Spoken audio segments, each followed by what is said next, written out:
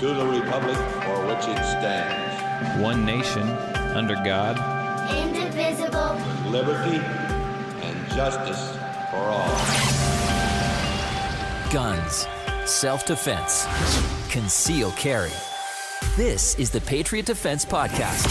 From the War Room in Idaho's high desert, here's your host, Todd Echols.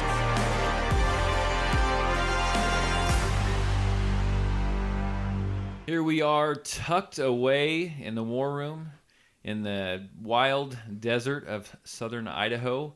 I'm here with Eric today.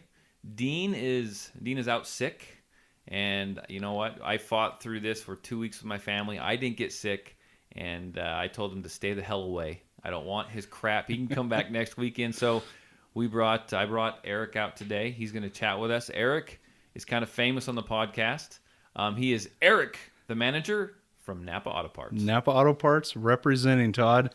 Thank you for letting me come out. I'm sad. I did want to meet Dean, the legendary Dean. Well, if you do good enough, you can come back out again. Actually, you got to come back out and shoot. We were going to shoot today, and we've had pretty nice weather all week, except for today. It's cold, and the wind's blowing like 80 miles an hour out there. Yeah, not a fun day for working outside. No, I was praying that when you came, you decided you didn't want to shoot, and it was too cold out. I'm fully real. I've got my whole kit with me. I'm ready to rock and roll. Not me, man. Not me. The targets will blow away. I'm not into shooting in the cold weather. So is this like a test out? Like if I get to come back if I do good enough? Yeah, pretty much. Okay, good. Yeah, Pressure's on. I've got it. See, if you look over there, I've got a third mic, and I've got a third mic stand, and so we're good to go. We just need to find a third body. And then if we got 3 people that work out really well, I'll order another microphone, and we'll actually start interviewing more people. I like it. That'll be awesome. Yeah, it was good. It's I look forward to that. So today I was going to get a bunch of stuff done outside. I was going to do some shooting. It didn't work. It's cold. I'm a wuss. Way too cold. So I woke up really early this morning, came out here, turned on the heat in the old war room, and I know it doesn't look that clean, but it's a lot cleaner than it was. Trust me. Kind of want you to adopt me. I enjoy the war room. You like the war room? Yes, I could stay here. You could live out here. Yes. Yeah. Go visit your wife on the weekends. On the weekends, maybe. You live kind of not real close, so you work here in Buell, and it'd be nice to have a little. Actually, we got to rig it up so you start leaving work in the summer and just swing by and do some shooting and then go shoot home. in the afternoon. Oh, I don't know if that's going to work with the We wife. don't care. We don't care what your wife thinks or says. But she gets to tell me how many guns I get to buy. And do you just need to? I went to the gun show today.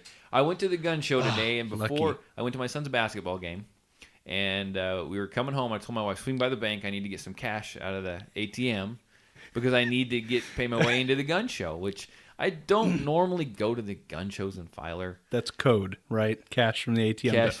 Pay my way, air quotes. Yeah, I only took out $20, and me and my daughter went. And I usually don't go to the gun show in Filer because, frankly, it's too crowded and it's just old stuff, and they never have anything I want. Knives and license plates and leather goods. But I went, and as I was going over there, she was joking about all I had was $20, and I informed her that no, they got these little things they hook on their phones, and they take debit and credit cards. So I did find a gun over there I kind of liked, but I didn't. What was it? It was a little Charter Arms revolver, a little Bulldog, and a 44 Special. 44 Special. That's not one you see too much of. No, and it's just kind of a weird caliber that I really like. Another one I found though was a big. Well, I got a picture of it here. Let me pull it up. While I was there though, looking at guns, I found these magnets. I ran into these folks that were selling these magnets. These are very cool magnets. Yeah, they're not just a magnet. No, they're gun magnets. Safeguard magnet gun mounts. And they're so cool, man. I've got one over there. We were playing with it. You can mount them anywhere. They've got like a 3M adhesive tape, and they'll actually just magnet to the top slide of your gun. It's cool. Put them in your vehicle. You put them on your desk, under furniture, on your wall. In fact, the lady was showing me how you could attach this magnet to your wall. Yeah. You could attach the gun to the magnet, and then that's you could neat. hang a picture over the top of it. Conceal it right there. Yeah. You don't even have to have a wall safe. No. Just easy. It's fantastic. I think an application of putting that in a vehicle, like just having, you don't have to carry, if you're concealed carry, Sometimes you're on a long trip. It's not very comfortable. Yeah. And Clip it right to underneath your dashboard. So I think it's pretty neat. it is, and you do have to be careful. They said they sold them to a lot of people who used them in their UTVs. Oh, it's So a strong magnet. It would hold It up. is a for very sure. strong magnet. So what you've got to be careful though, and I will say this is you want gun safety. Mm-hmm. Gun safety is the utmost importance. You have kids around. You may not want to use this down low, at least where they can reach it. Yeah. And you probably don't want to ever do it when you actually have a round chambered, because you can still grip it. You can still pull the trigger. That gun is still gonna go bang. It's strong enough to almost rack the slide. We did rack the slide actually. I wouldn't advertise it as that, but it is a strong, secure hold. So pretty cool. I picked it up there today, and I just thought I would mention it. I'm going to do some testing of it. Maybe I might actually put together a little video on it. Oh yeah. And then I will let you guys kind of know. Give me a week to play with it, and I will let you guys know how I think it works. Is that made local? It is. I don't know if it's made local, but it's sold local. Gotcha. It's sold local, and you can also pick them up down at, I believe it's Canyon Pawn and Twin on Addison. And I am not doing a very good job advertising this because I left my bag in the house. It had the receipt in there, and I couldn't tell you. It's in my pocket. Are they all made in one size, or do they have different sizes? That's the only size I saw, but I can't come up with the name of the people I bought them from. So bad advertising, but I will talk about them again, I promise. Yeah, I will figure it out. I will put them on Facebook and talk about them. So far, they're really cool. I mean, I got one literally stuck to the side of my wood reloading table over there, sideways. I mean, it's just there. It makes the war room that much cooler. It is cool. I need a bunch. I can hang up all my guns. One of the applications the guy was using it for was he's actually mounting them to the top of his safe. Oh, above yeah. his rifles. Inside your gun safe. Yeah. And you can actually put more firearms in your safe that way. So I'm talking here, and I need to pull up this picture of this gun that I saw, and it's kind of a big one, but I'm looking for a trail gun, a gun to. I've got one. I got one for you. It's a 454 Casal. buddy. Is that what you were looking at? Oh my gosh! It's Yes. a Ruger Super Red Hawk. Yep, that's what I've got. Alaska. You got one of those? Mine's got the 9.5-inch Okay, barrel. this has got the what they call the Alaskan model. Oh, yeah. It's got the little tiny, like almost looks like the 3.5. Oh, it's 4-inch brutal. barrel. 44 mag or 454 Casull. Man, $800. I almost walked away with that today. Do I need that? No. Do I want it? It's Yes. the cool factor. But I tell you what, That's so cool looking. we reloaded. My dad and I reloaded some really hot rounds for the 454. Took it out to the range. Let's test this bad boy. Put some cinder blocks out there. We're gonna go for it.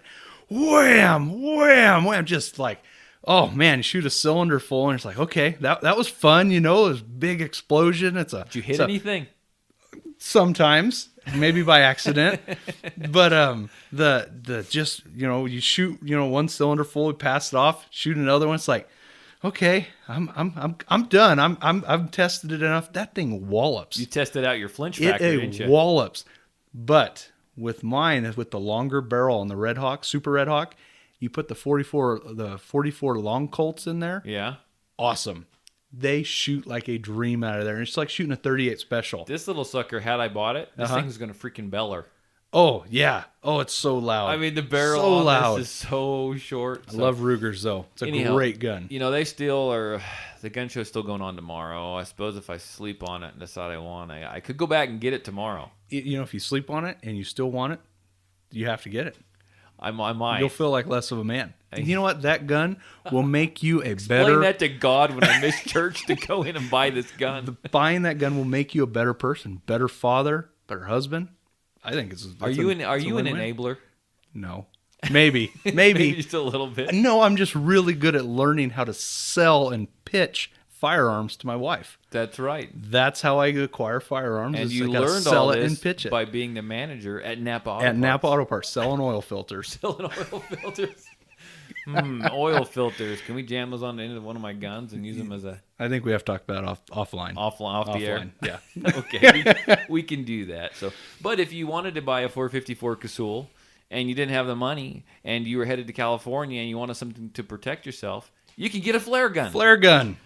Oh my gosh, that question was asked of me this week on my radio show that I do. It's the second time. I thought about 3 or 4 months ago I got this question. A flare gun will work. I'm going to carry a flare gun. Is that a legitimate firearm? Can I use that? No. I thought that would be the only time in my life that I ever heard that. Someone called up, wanted to take a flare gun with them to California, wanted to know if that was classified as a handgun. I don't care if it's not classified as a handgun. Use the right tool for the right job. Yeah, you're going to get yourself hurt and probably start a fire. And you think it's really smart starting a fire down in California right now? Exactly. No, it's not smart to start fires in California. Not smart to start fires anyway. No flare guns. Flare guns are not for protection. Now, if you go down to California and you get in a bind and you need to signal for help, use the freaking flare gun. You're on a boat. I'll meet you at the border. I'm not crossing the border, but I'll meet you at the border. Okay? So use the right tool for the right job. Flare guns, not a good tool for self-defense. No. I rate that right up there with the people that say they're going to use spear guns, wasp and hornet spray. I heard about that. That is absolutely ridiculous. Do I want to get that in my eyes? No. No, I do not. But you know what? I believe if you turn that, I could be mistaken. Okay, but this is the guy that I deal with chemicals during the day. Okay. Yes. If you turn the can over and you read the back of it, fine print, it'll tell you it is a federal offense to use this product for anything other than what it is intended for. It is a regulated chemical. Not self-defense spray. Not self-defense spray. Not pepper spray. Would it work? It probably would. But I think they'd probably come after you in some other way saying you were irresponsible, you didn't adhere to the label. Okay? Yes. So let's not do that. Let's use the proper tool for the proper job. With proper training. With proper training. Proper mindset. Proper mindset. Situational awareness. It's like you've done this before. Look at this. So I will say, I will throw this out there. I have got well, let's back up for a minute. I fell off. We don't have much of an That's order. because we didn't have a list. I'm a list man. I specifically asked before we started, Todd, bullet points. What are we speaking about? What's the game plan? We just go with the flow. This makes me nervous. Okay. I'm nervous. I need a list. I need a whiteboard with talking points. Breathe. Breathe. So we don't have much order on the Patriot Defense Podcast, but there is one thing that we do all the time. And we ask each other, and I'm going to start by asking you, and then you can ask me, what did you do this week that was Second Amendment or firearms related? Fitness. Fitness. Proper fitness is essential to defending yourself in a lethal force situation. It wasn't, I'm going to fit this. I'm all into fitting this round into this. No, nothing shooting. It was strictly fitness. Because if you're in a situation where you need to react, you also have to be capable physically to react. You know, even if you're in an altercation, a physical altercation, you want to make sure that you have enough gas in the tank to outlast whoever you're restraining, or if you're helping someone. If, you know, even if you see a house that's on fire and you're trying to help people out, or a car crash, you need to be physically capable to handle that. So you're saying that if I was interested in self-defense, which I am, let's say I'm not, I just decided one day I was going to get up off the couch and I was going to go buy a gun, and I was going to be able to, I wanted to defend my family. That's not enough? That's not enough. I couldn't just hide it under my big belly roll? And not enough. No? The 300 parallel of the appendix carry there? Yeah, no, you cannot do that. Appendix carry is not going to work like that? No, it doesn't make you a ninja. It does not make you super safe. Just because I have a gun, I'm not good to go. No. That blows my mind. I know, right? That's part of the mindset. You're almost there. It blows my mind. Yeah, no.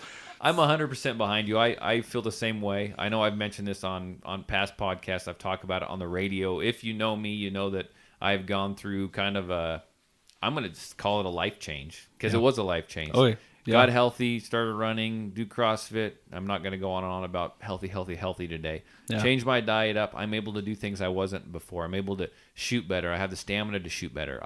I'm stronger, so I can steady the gun longer. I think I could stay in a fight a lot longer. Well, I know I could stay in a fight a lot longer. Yeah. I could run across the parking lot, and I could grab my kids and take off with them without feeling like I was going to die. Yes, exactly. 20 feet into the run. I have the stamina. A lot of it is about the stamina. So, no, well, that's fantastic if that's what you've done all week. That's good. I go out and do the same thing.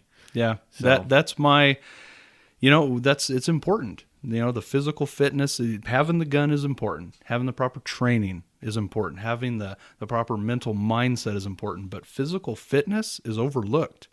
And you talk about mental mindset. So if you're physically fit, I'm not saying you got to come out looking like Arnold Schwarzenegger by any means. I'm almost there. I'm almost there. You're close. I'm getting there. You're getting there. So you don't have to look like Arnold Schwarzenegger, but if you feel better about yourself and you know that you can do some of this stuff and you have some of that stamina, that really helps with your mental fitness as well. Think of it this way. When you go 2 or 3 days and you don't go to the gym, you don't work out, you're not actively working on your body, are you 100% focused and clear? No. I'm not. Now, say you're in a situation where there's bad guys in the corner or there's, something's going on and you're kind of in a fog. You're not actively using your full situational awareness attention, Exactly. And I know when I work out and I'm healthy and I'm eating right and I'm running and I'm trying, everything is clear. Everything is crisper. I see things, I hear things, everything works better. I also did a lot of reading, a lot of studying this week on some other books. But yeah, that was my main thing that I did that would be Second Amendment related. Gun related. Self-defense related. Fantastic. I think it all works together, just like you clearly explained. It all works together, comes together as one for just a big picture, a life change, I agree 100%. So, okay. What did you do, Todd, that was gun related, Second Amendment defense related? What did I do? I did a radio show. Yes. I read some articles that we're probably not going to use tonight. I actually scheduled my next class. My next class is actually going to be on March 3rd. Awesome. I've already been talking. People are talking about it in the local NAPA. It's that big. What? You've made it to the big time. People are coming into the NAPA Auto I've Parts. heard your name and gun class by two times. By people you know? Or just yes, people you know. Who? Name drop. We name drop on this. Robert or Bob. He's been in? Yes, he's been in. Yeah. He was talking about it on the counter. Other people were listening. And who else has been in besides me talking about me? No one. All I see the scout run by. It's like, oh, there he goes. Oh, there he goes. But no, your name has been brought up on the parts counter several times, and I've actually tried to advertise a little for you also. Now, you going to be there on March 3rd? I'm going to try my hardest. Yeah, I'm going to put your name down. Yes, I was please ask do. You today, make it official. I'll put your name down. Please do. Fantastic. So I was talking to my daughter, and she works over in Kimberly at a little sandwich shop over there. And she says that people come in there and they'll hear her last name. Yeah. And they'll be like, I've been doing this for 5 years. Okay? I'm all over Facebook. Yeah. Oh, yeah. Huge. And still nothing to SHOT Show. And nothing. Hey, I'm still not. Thanks for that reminder. That's like sticking the dagger in and twisting it a little bit. Thank you very much for that.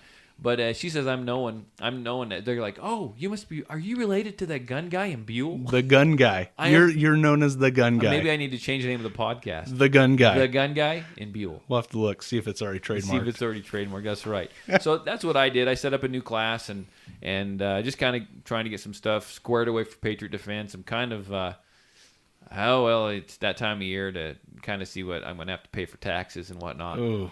Thinking maybe I should have bought. Maybe I need to buy this 454 Cazul. Yeah, it's a write-off. I get that a big tax write-off for this next year. Exactly.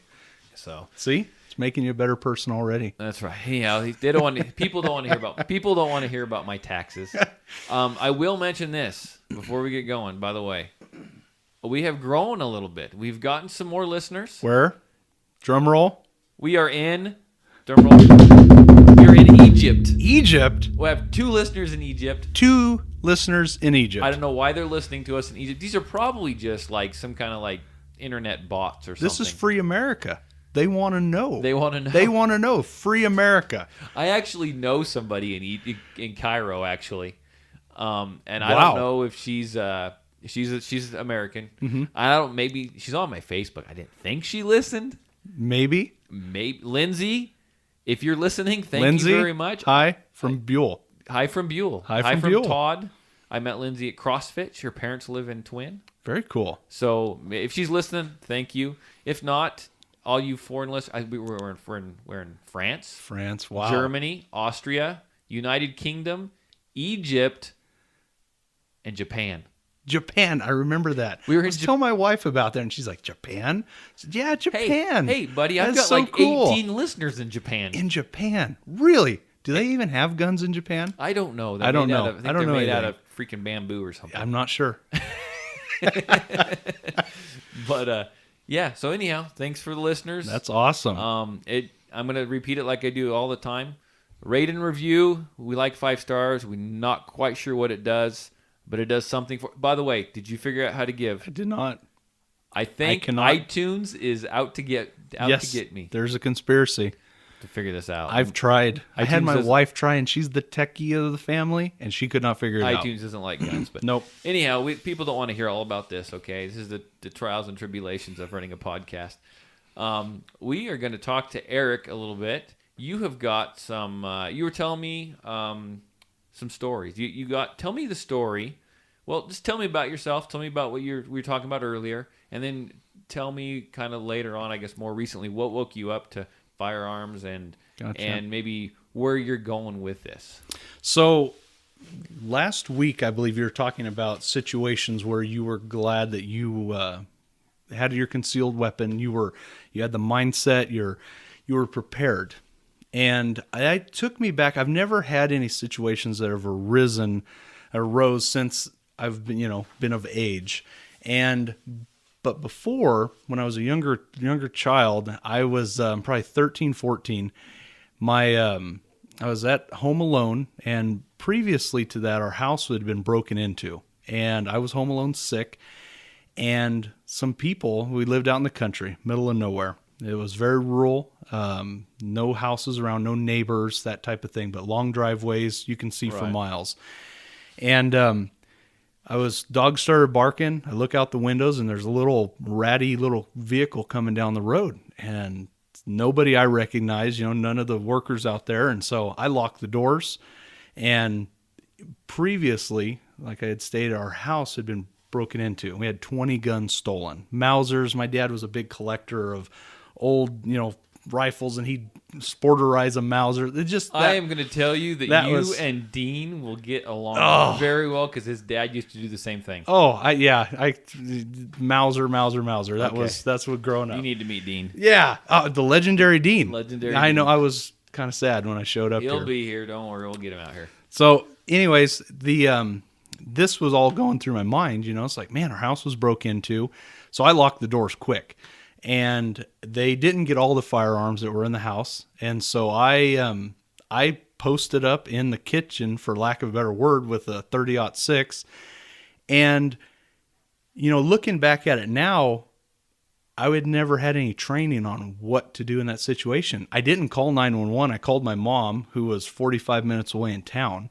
She, nothing she could do in town. She called, my aunt and uncle, who were a few miles away. They didn't answer. Nobody was really there but my younger cousin or older cousin. And so the whole time, she's calling, trying to get somebody to come over there. These guys have parked around the back of the house, away so you can't be visible from the road. Right. And they walk up to the door and they try the door handle. First thing, didn't knock, didn't do anything. And what we think now is that there was an orchard across the street, and they were parked in there. And when everybody left in the morning, they watched the house for a while. Nobody's there. They didn't even knock to see if somebody was in the house, just right for the door handle, which was locked. So now I'm, condition red here, heart's beating, I'm sitting in my kitchen, with a loaded 30-06. And thank goodness, my cousin comes blowing down the road in his old ratty pickup, and they see him and they take off running, jump back in their truck. And he kind of tries to stop him in the driveway, and he's got a gun hanging out the window. We're country boys, middle of nowhere, and they Real take Dukes off. of Hazzard Oh stuff yeah, going on over yeah. there. He's got a deer rifle hanging out the window, and they take off and go out through a fence and out through the field and get back on the road. Well, when they were trying to get in their truck, I got the license plate number, and I had enough awareness to know that I should do that. But the truck ended up being stolen. I gave the officers that showed up later kind of the best description I could of them, but I had never had that conversation, with my parents. Like, what do you do in this situation? Right. I didn't even call 911. I'd heard it all my life. Call 911 if you're in trouble, do this, do that. I didn't even call them. That was never even entered my mind. It was, I got a rifle and I posted up in the kitchen. Was that the right thing to do? Looking at it now, it's like, man, what would have happened if my cousin hadn't been home and come blowing down the road and kind of scared him away? Right. It makes me cringe now, and what would be an answer for that? Well, I listened to this. How old were you? You said 13, You were 14. 13, 14. So you knew about 911. Mm-hmm. But I'm going to liken this back to the story that I told of my wife last week. And nothing against my wife. First thing she did was call me. Called you. Yeah, She didn't exactly. call 911. She called me. Yeah. Okay. It's very true. And it is what it is. I think people are going to do what they do under stress. She'd ever been in a situation like that. Mm-hmm. Same way with you. At the very least, you were able to grab a rifle. You were able to post up in the kitchen, and you were going to do what nature said for you to do, and that's defend yourself. That's Yes. what you were doing. You had called your mom. Yep. If your mom, she didn't even call 911, did she? Not for a while. She was calling the neighbors and uncles, but But that just shows right there. Yeah. And nothing against law enforcement. But when seconds count, they could be 10, 15 minutes away, especially if you live out in the country. we were an hour from town. You were an hour from town. Yeah.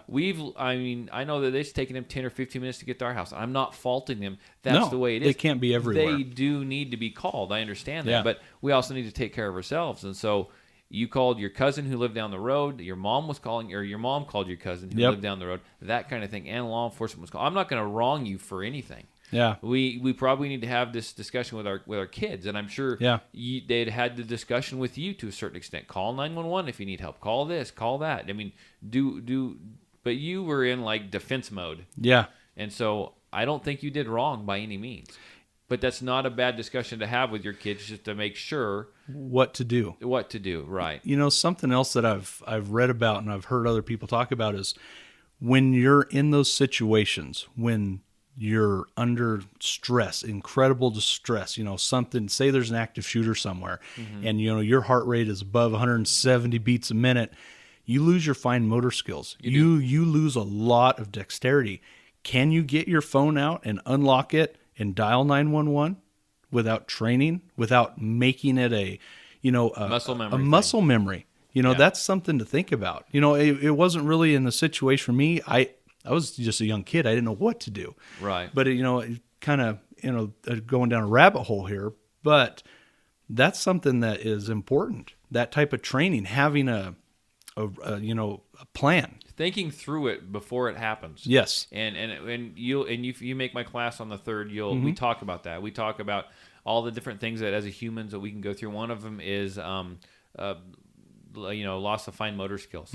So, and that's why I talk about it in my mind, and it's going to be different for everybody. In my mind, Yes. when I carry my gun and I carry it concealed, I carry with a round already chambered. Yes. And I like a firearm that doesn't actually have a manual exterior safety. I like the built-in safeties, the trigger Agreed. safety, Yep. the grip safety. In fact, I don't even like grip safeties anymore, to be 100% honest with you. But I don't like an actual manual safety. I keep it in a proper holster, a good holster, Yep. one that's going to protect the trigger. I have faith in my gear, and then I'm good to go. Okay, that's one less thing I have to worry about. I don't have to worry about flicking the safety off. I don't have to worry about chambering around. Heaven forbid. I like to go duck hunting. And I hunt with a pump shotgun. And a flock of ducks will come in. I'll jump up. I'll shoot, miss, because that's just kind of what I do. Yeah. And I'll get excited. I'll go to rack in that second round. I will jam the gun up because I'll short stroke it. And that's just because I get excited. That's just Yeah. for a flock of ducks. Yeah. Imagine if I was trying to do that while defending my life. Or imagine if I've got my 4-year-old son with me and I'm holding his hand with my left hand. Yep. And I want to draw and I need to fire that gun with that right hand.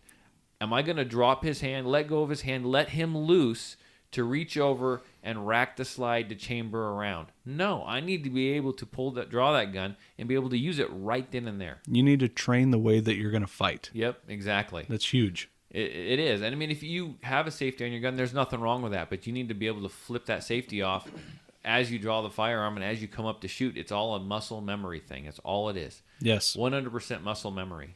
So there's a lot you can, we could talk about that story for a long time. Just the same way we could talk about mine. And, hindsight is always 20/20. It really is, and looking back now, it's like it was in communist California, where it happened. California stand. It's not as bad as everybody says, but it's pretty bad. And since in the years, it's gotten really bad. Yeah. But, looking at then, what was the liability if they would have came in? How would that have been viewed in court? That's something that I look back now and it's like, I'm not sure. Depends on where you were in California. Because, you're gonna be tried by a jury of your peers, and if you're in the right, the more rural or maybe the more right thinking.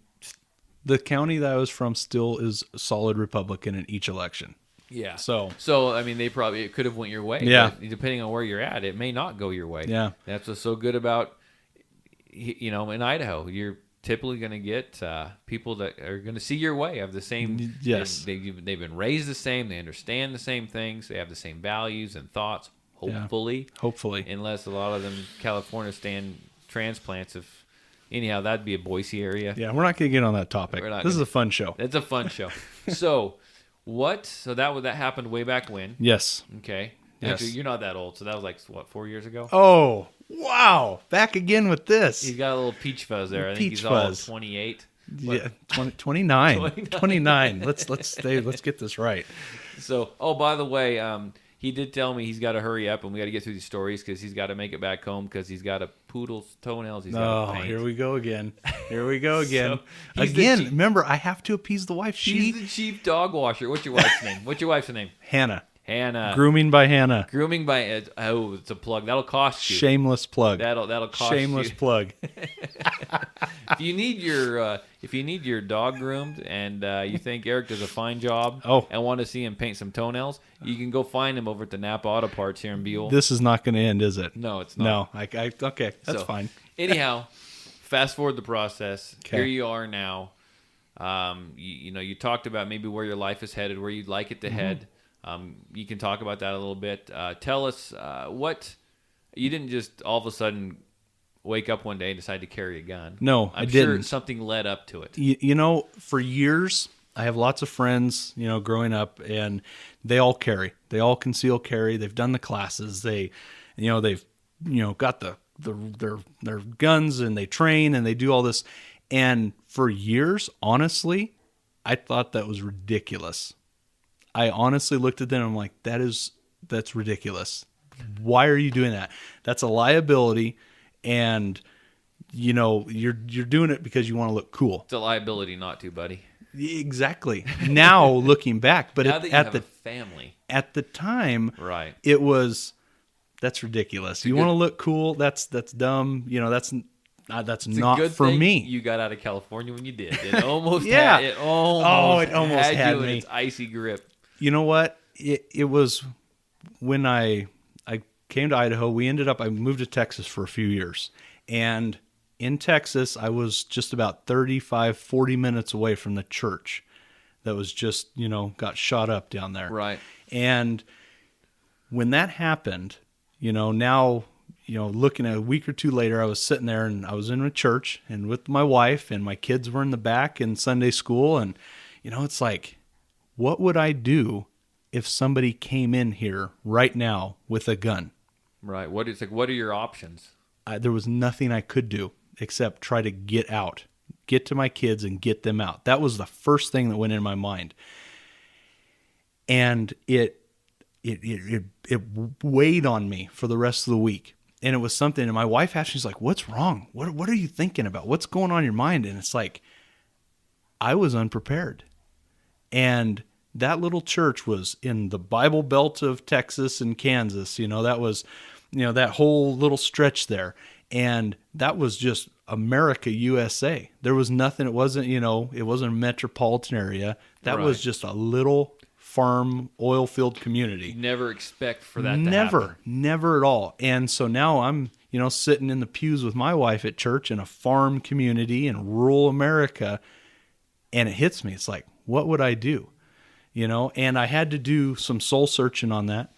And I actually listened to your podcast, or not podcast, your radio show one day on my way to work. Show. Yeah. And I was like, Todd Eccles, and I started listening, and it grew an interest inside of me to, let's look into this. Let's take a look. I know that in Idaho I can, constitutional carry. Yes. I can carry, I don't have to have a permit. I've been around firearms my entire life. I'm well versed in, safe practices with firearms. I know I can carry a firearm safely. I can shoot it safely. And so it's like, okay, I'm going to get a gun and I'm going to start shooting it and I'm going to start practicing. And so, I went out and I held a bunch of guns and I got a really nice 9mm, and it's like, okay, this is perfect. And it's like, okay, now I've got my gun. And so I started just YouTubing one night, where you concealed carry, laws. And then I started researching this, and then I got into mindset, and then I got into, carrying a gun is not enough. You have to have the mindset. You have to know that you can pull the trigger if you get in a situation like that. You have to have situational awareness. You have to have physical stamina. It's a lifestyle. It's a lifestyle. And it honestly I have totally geeked out on it over the last, 6 months or so. That has been something that I am going for. That's what I live for every day. I want to protect my family. And if the situation arises, I will, help maybe protect another family. Right. That is a responsibility that I feel as an armed citizen, that's your responsibility. If something happens and I'm I feel physically fit and I'm capable and I'm, it's a lawful, situation where I can help somebody out. Maybe it never arises, but maybe it does. And maybe I'm not prepared at that time, and it really got me thinking. And yeah, it's a whole lifestyle. And the wife's on board with this? Wife's on board. She really is on board because I sat down and we had a heart-to-heart talk. Right. This was not a, hey, babe, I want to go buy a gun. This was a, here's what I'm feeling. Look at what happened. Look at what happened, to the little church that we lived 45 minutes away from in Nowhere's, Texas. And that was right around the corner. We went to a little church in a little town just like that. What would we have done? Nothing. I would have been helpless. And that rocked me to the core.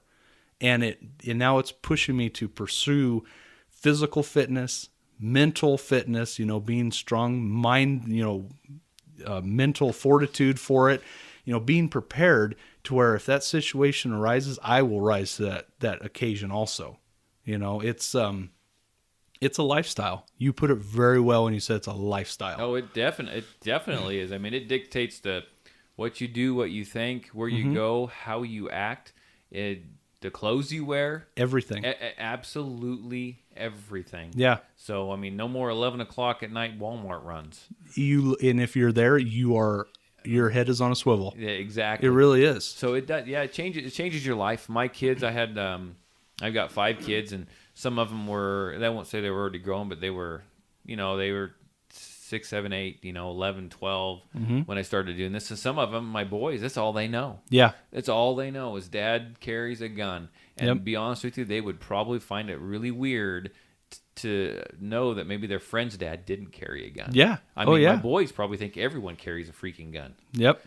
But it just is made. It is a lifestyle. If you're going to do it right, you have to live it, eat it, and breathe it. It's not just something you do haphazardly. No, that's going to get you or someone else hurt. Exactly. Exactly. So, well, that's good. That's a good story. And now I'm here. I'm in the war room. You're in the war room. I'm in the war room. You have arrived. I've peaked. You have at 29. This is as good as it gets, buddy. At 29. What does that say for me? I'm 41. I just got here. My gosh, I'm done. It's over with. I'm still haven't made it to SHOT Show. You're gonna get there. I'm gonna get there. You're gonna get there. I'm gonna just start hashtagging SHOT Show. Hashtag SHOT Show. I need to make. I'm not even sure what hashtag does, but everybody does it. I know what hash browns are. I'm trying to stay away from them. So I need to get 3 more listeners in Egypt, and I'm pretty sure I'm going to secure myself. That's a ticket. A ticket to SHOT Show. Ticket. So here's the thing: if I get one ticket to SHOT Show, I'm going. Do it. Okay. If I get 2 tickets to SHOT Show, me and Dean are going. If I can snag 3, guess what, buddy? I want to go. You're on the train to I SHOT Show. really want to go. You're on the train to SHOT Show. So that's great. No, I appreciate you showing up and chatting. Yeah. It was fun. It is fun. Get to know Eric a little bit. Maybe, my story. I bet there's other people that have the same thoughts and feelings. And I recommend them take a class. Yeah, take a class. You can get. I'm all over Facebook, man, and you don't have to take a class from me. I mean, maybe you're listening in Japan. Someone down there's got to give some kind of class, right? I don't know. I don't know if they have guns. I'm not sure. They sling bamboo slivers at people, but no, I don't care where you're listening. Find a class. Take a class. Find out what your options are. Be prepared if that's what you want to do. But think about it. It is a big decision, one that you need to be 100% responsible for. And you need to give. It's not something you can only give 20%, 30%. You're either in or you're not. It's a lifestyle. It is a lifestyle. So I tell you what, one thing that we do need always, and no one's yet to do this, and I don't know if it's because we just suck here at the Patriot Defense Podcast and the You're supposed War to talk highly of yourself. Well, it is what it is. I'm just telling you what the results are. We need more listeners. Like always, share it with your friends, share it with your family, share it with your pastor, your bishop, whoever. Share it with everyone. Talk about it at the freaking parts counter at NAPA Auto Parts. Definitely, I'm there. Okay. You want to ask questions? I'll give you Todd's phone number. That's right. Go see Eric. So you can get a hold of me. You can email me. Email me your thoughts on the show. Maybe you're local, you're somewhere close, you've had some kind of experience, you want to tell your story. We'd love to have you on. I've got this extra microphone here. I want to interview people. I want to talk to people. I need to get off my butt and make it happen. But if you get a hold of me, it makes it all the easier. To get you on the show. You can call me. You can text me. Area code 620-794-6223. That's area code 620-794-6223. You can find me on Facebook under the Patriot Defense Facebook page. You can message me there. You can even email me. I even check email occasionally. And I did go back and check the junk email, and I couldn't find anything. So actually, no one's been emailing me. But you can email me at patriotdefense13@yahoo.com. Not .com, at Yahoo. I always say .com. I'm not sure what .com does either, or hashtag. At Yahoo. patriotdefense13 whatever. Just you figure it out. Find me on Facebook. That's going to be the easiest thing to do. Okay, I need some food here. I need some carbs. I'm not thinking real well. Brain fog. It's starting to get a little cool in here. I think my wife's texted me. We were supposed to go out tonight. She texted me and said, "Don't worry about it. It's too late."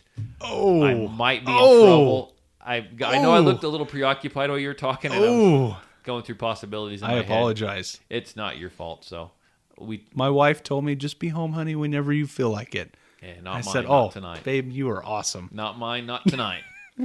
So anyhow, I think you have a good week. I think we are done here. Oh, awesome. Thank you for letting me come on. Hey, no problem. I appreciate it. Yep, catch you on the flip side.